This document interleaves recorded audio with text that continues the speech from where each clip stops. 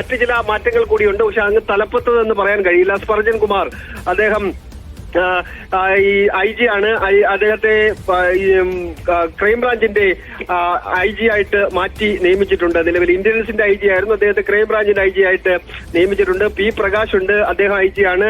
അദ്ദേഹം ക്രൈംബ്രാഞ്ചിലാണ് ഉണ്ടായിരുന്നത്. അദ്ദേഹത്തെ കോസ്റ്റൽ പോലീസിലേക്ക് മാറ്റി തീരുമാനമെടുത്തിട്ടുണ്ട്. എ അക്ബർ ഉണ്ട്, അദ്ദേഹം ഐ ജി ആണ്. അദ്ദേഹത്തെ ഇന്റേണൽ സെക്യൂരിറ്റിയുടെ ഐ ജി ആയിട്ട് മാറ്റി നിയമിച്ചിട്ടുണ്ട്. പക്ഷേ സംസ്ഥാന പോലീസ് മേധാവി കഴിഞ്ഞാൽ ഏറ്റവും പ്രധാനപ്പെട്ട വകുപ്പുകൾ വിജിലൻസ്, അതുപോലെ തന്നെ എക്സൈസ് അടക്കമുള്ള വകുപ്പ്, ഫയർഫോഴ്സ് മേധാവി, ഈ 3 വകുപ്പുകളിലും പ്രധാനപ്പെട്ട മാറ്റങ്ങൾ വരുത്തിക്കൊണ്ട് പോലീസിന്റെ തലപ്പത്ത് വലിയ അഴിച്ചുപണിയാണ് ഇപ്പോൾ സംസ്ഥാന സർക്കാർ നടത്തിയിരിക്കുന്നത്. അമൃത, സൈഫ് നേരത്തെ പറഞ്ഞതുപോലെ ഇനിയിപ്പോൾ ഷെയ്ഖ് ദർവേഷ് സാഹിബ് സ്ഥാനം ഒഴിയാനിരിക്കുകയാണ്. ആ ഒരു സ്ഥാനത്തേക്ക് ആരൊക്കെ പരിഗണനയിലുണ്ട് എന്നുള്ള കാര്യങ്ങളൊക്കെ നമുക്കറിയാവുന്നതാണ്. അപ്പോൾ ആ സമയത്ത് ഇനിയിപ്പോൾ വീണ്ടും മാറ്റങ്ങളിലേക്ക് കടക്കില്ലേ? അതെ, എന്തായാലും ആ മാറ്റങ്ങൾ ഒഴിവാക്കാൻ കഴിയുന്ന മാറ്റമല്ല അമൃത. അത് നിർണായകമായ മാറ്റം തന്നെ വേണ്ടിവരും. കാരണം 30-ാം തീയതി അദ്ദേഹം സർവീസിൽ നിന്ന് വിരമിക്കുകയാണ്. സർവീസിൽ നിന്ന് വിരമിക്കുമ്പോൾ കേന്ദ്ര സർക്കാരിന് മുന്നിലേക്ക് നമ്മൾ പട്ടിക കൊടുക്കണം.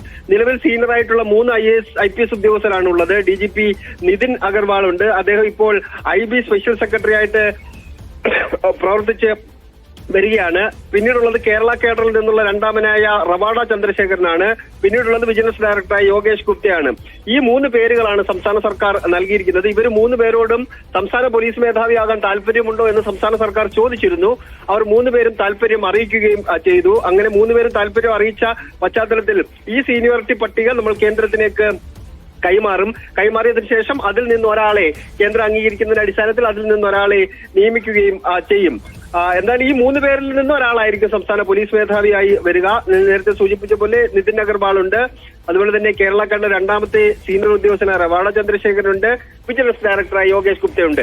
ഈ 3 പേരുമല്ല എന്നുണ്ടെങ്കിൽ പിന്നീടുള്ള പേരുകളുടെ പട്ടികയിലേക്കായിരിക്കും മനോജ് എബ്രഹാം, അതുപോലെ തന്നെ MR രാജ്കുമാർ അടക്കമുള്ളവരുടെ പേരുകൾ പരിഗണിക്കപ്പെടുക. പക്ഷേ ഈ 3 പേരും താല്പര്യം പ്രകടിപ്പിച്ച പശ്ചാത്തലത്തിൽ ഈ 3 പേരിൽ ഒരാളായിരിക്കും സംസ്ഥാന പോലീസ് മേധാവിയായി വരിക. വരും കാലങ്ങളിൽ മനോജ് എബ്രഹാമും MR രാജ്കുമാറും ഒക്കെ സംസ്ഥാന പോലീസ് മേധാവി തലപ്പത്തേക്ക് വരാനുള്ള സാധ്യത തള്ളിക്കളയുകയും വേണ്ട അമൃത.